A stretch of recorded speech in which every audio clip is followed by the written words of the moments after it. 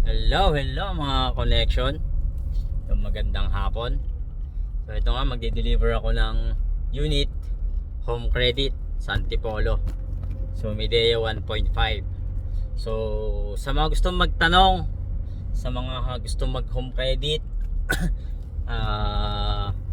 ito na yung mga gusto nyo pong sagot.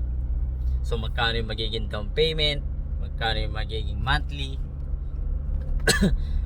Pagdating po sa mga ganong tanong po sa mga pagdating sa home credit, yung DP, yung monthly, nakadepende po yan sa offer sa inyo ni home credit po.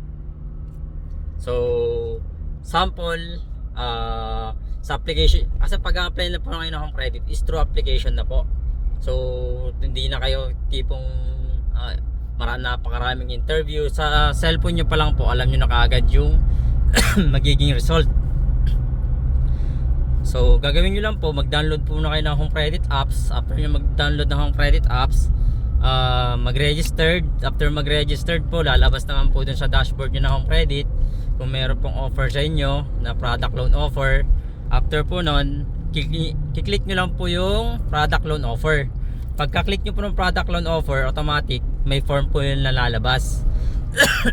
So may makikita po kayo doon ng mga selfie, IDs. So yun po yung pipilapan nyo. Meron naman po red dot po doon na tag doon. Basta meron po doon red na naka-cross pa, hindi ko lang tawag doon. Basta meron po doon na kailangan pilapan nyo po yun. So pagdating naman po sa ID, one ID lang naman po kailangan po doon. Kung ano po yung lalabas sa list, yun po yung kailangan nyo yung i-provide. So pagkatapos nyo pong mag-fill up, lalabas naman kaagad yung QR code kung magkano yung magiging credit limit nyo. So yung QR code na yun, yun po yung gagamitin natin para mag-process po ng order nyo po. So ganun lang pa simple. So katulad po ngayon, ay yung kliyente ko nagpunta naman po siya shop, meron naman po siyang QR code na kaagad. So hindi na kami nagtagal, scan ko lang kaagad siya, and then yun, process, and then deliver ko na. Ito, dinideliver ko ngayon yung yung Midea. Then mabalik po tayo sa down payment. Yung down payment po, nakadepende po yun sa offer sa inyo ng home credit.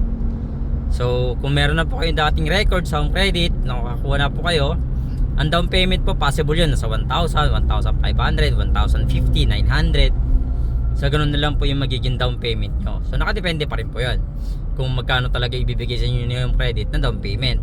Pero pag first time nyo po, expected nyo po medyo mataas, nasa 40% po ang hihingi sa inyong down payment from the price ng unit. So ganun po. And then yung remaining po, yun na po yung i-divide dun sa 12 months to 18 months. So nakadepende po sa inyo yun. So 9, 12, 15 tsaka 18.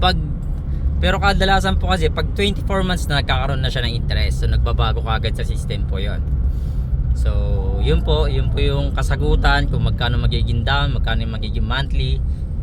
So nakadepende po yan sa offers niyo ni home credit. Hindi po kami na nagpa-process po ang magde-decision kung magkano yung magiging down payment. Ngayon po, kung ano yung lalabas ni home credit na down payment po sa inyo, nakadepende yun kung gusto nyo po siyang taasan, pero hindi siya pwedeng babaan. Lagi pong tataasan.